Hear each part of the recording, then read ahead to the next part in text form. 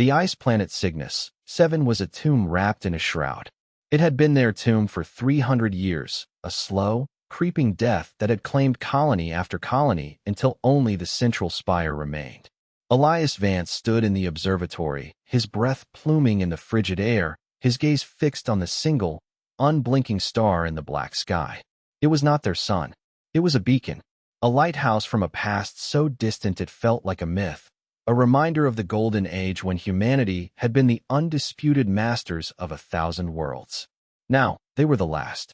The elders called it the Great Silence, the slow fade into oblivion as their ancient technology failed and their knowledge withered. But Elias knew the truth. The silence wasn't an absence of sound. It was a presence, a cold, patient observer that had been watching them for generations. He felt its gaze now, a pressure against the back of his skull, a silent hum that only he seemed to hear. It was the reason they were here, on this frozen rock, instead of fleeing to a new home. They were waiting for something that felt both like an ending and a beginning. The frost on the viewport cracked under the weight of his stare, and for a moment, he thought he saw a flicker of light in the star's reflection, a ghost of a future that was not yet his to see. The central spire was a marvel of ancient human engineering, a needle of polished obsidian that pierced the ice sheet for kilometers. Inside, the air was recycled and thin, the only light coming from the faint glow of the primary power core, a humming, crystalline heart that pulsed with the last dregs of their civilization's energy. Kalen, the spire's chief engineer, ran a diagnostic scan for the third time that cycle. The results were the same. The core was decaying, its resonance frequency dropping. In a few standard months, it would go dark, and with it, the heat, the light, the very air they breathed. Her console chimed, a sound that was both a comfort and an omen. It was Elias. The star is active again. His voice crackled over the comms, strained with an emotion she couldn't name. It's brighter than I've ever seen it. Kalen sighed, rubbing the fatigue from her eyes. Elias, the star is a white dwarf.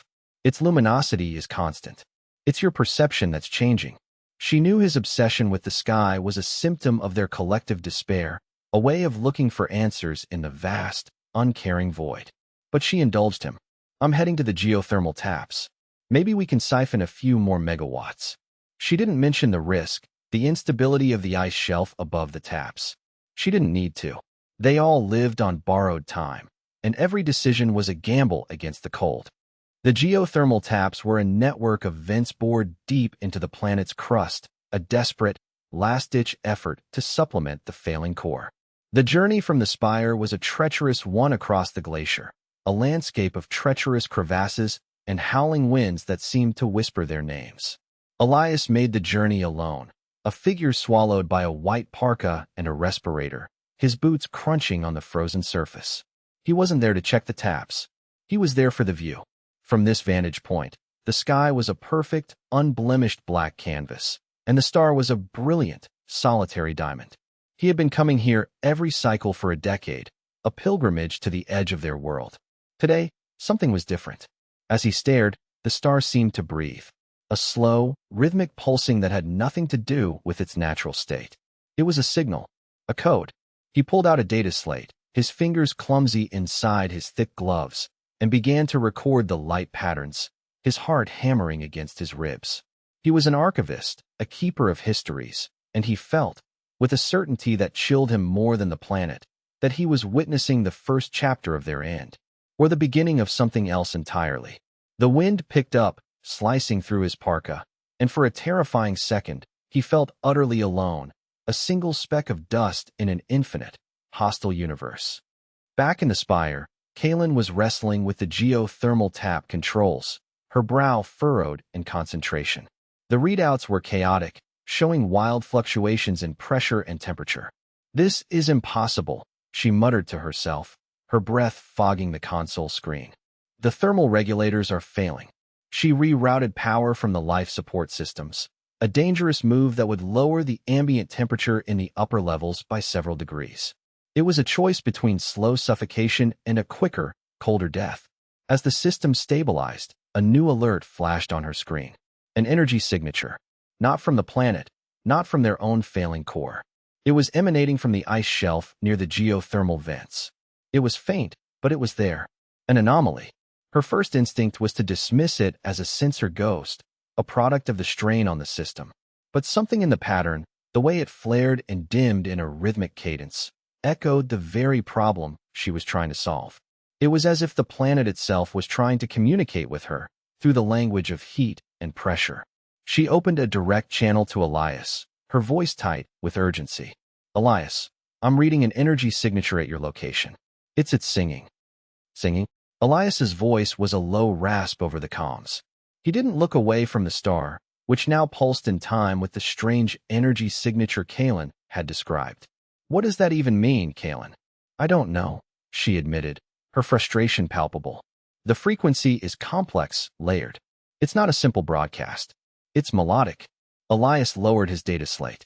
The wind had died, leaving an eerie, profound silence.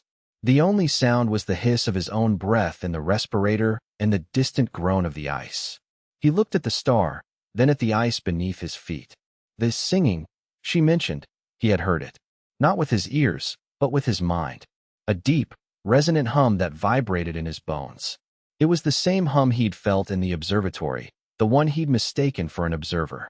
It wasn't an observer. It was an invitation. "I'm going closer," Elias said, his voice steady. "To the source of the signature." "Elias, no.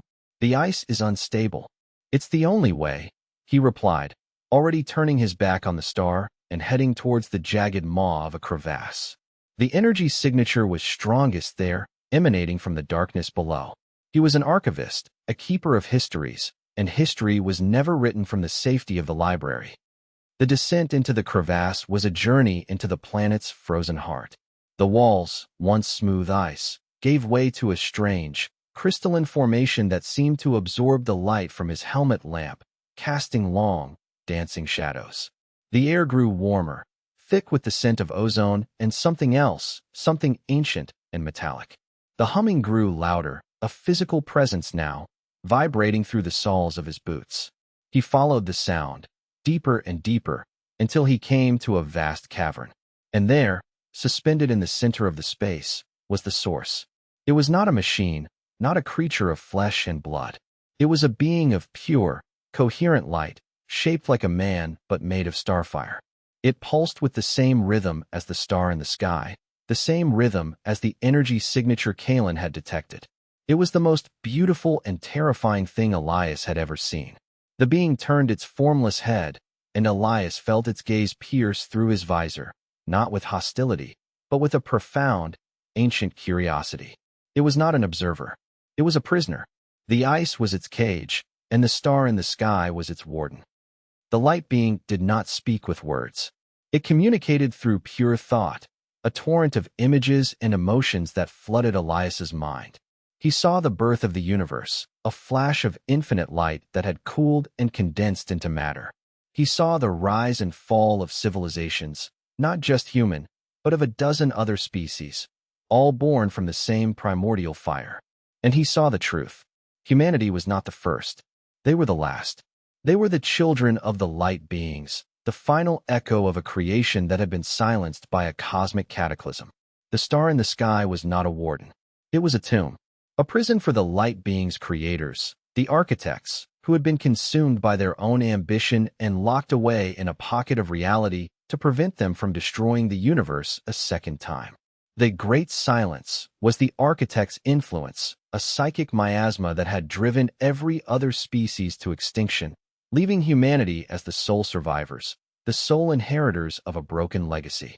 The being was a remnant, a guardian, and it was dying. Its light was fading, and with it, the last barrier against the architect's awakening. The revelation shattered Elias's understanding of everything. He was not the descendant of conquerors. He was the descendant of refugees. Their entire history, their belief in their own supremacy, was a lie. The light being, which it identified as a luminar, showed him the way. The architect's prison was not a star, but a singularity hidden within it, a cosmic lock that was failing. The luminar was the key, but it was too weak to turn it alone. It needed a partner. It needed humanity, not for their strength or their technology, but for something the luminar lacked: connection. The Luminar was a being of pure light, a solitary consciousness.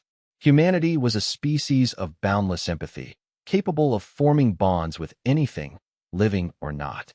It was this ability, this noise of emotion and relationship, that could resonate with the Luminar's light and provide the final push needed to seal the prison forever. The choice was theirs. They could fade into silence with their world, or they could make one last, desperate connection and save the universe from a horror beyond comprehension. Elias's return to the spire was met with disbelief. Kaylin stared at him, her face a mask of shock. "You're saying the star is a prison? And these Luminars are our jailers?" "No," Elias said, his voice hoarse. "They're our jailers' children, and we're their only hope." He explained everything he had learned, the history of the architects, the nature of the Great Silence. He spoke of the bond, the impossible connection between a being of pure light and a species of chaotic, emotional creatures. Kaylin listened, her engineer's mind racing, grasping the implications. The energy signature, the singing, it was the Luminar trying to communicate, she whispered. It was asking for help. "Yes," Elias said, "and we are the only ones who can answer." They gathered the Council of Elders, the last remnants of human leadership. The news was met with fear and anger. To risk everything on a pact with a creature of light, on a story that sounded like madness, it was too much.